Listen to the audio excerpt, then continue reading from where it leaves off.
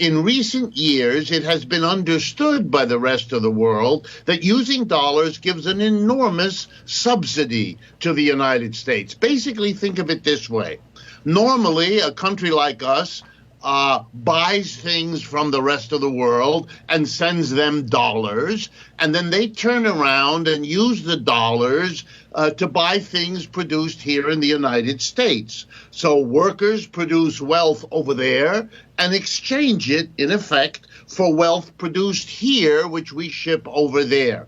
Imagine then a system like the last 75 years where they send us, French wine or iron ore from Australia or whatever, and all we send them is costless little green pieces of paper that say U.S. currency. That's a fantastic arrangement. We give nothing, and the world's wealth flows to this country. It's part of why we were able to enjoy higher standards of living than virtually anywhere else. It was bound to come to an end eventually. And what we're seeing in the world over the last 15 years is it's now coming into its own. First of all, and most important, the rise of China, which now has an enormous economic footprint in the world, and its currency is becoming so important to so many countries on so many different transactions that they're starting to hold the yuan, the Chinese currency, in the way they used to hold the dollar. So instead of holding, say, 75% dollars and 25% euros, the other big currency, they are now reshuffling and beginning to keep yuan because they need them for international transactions. And so the Chinese get a subsidy.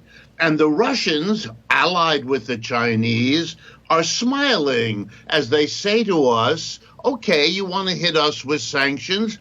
We'll hit you with some. We'll demand payment for oil and gas, upon which many European countries depend. You'll have to pay us in rubles. You'll have to go and get that ruble by giving us dollars and euros, because we won't give you the rubles otherwise. And you have to get the rubles, and then you send them to us back to pay for the oil and the gas.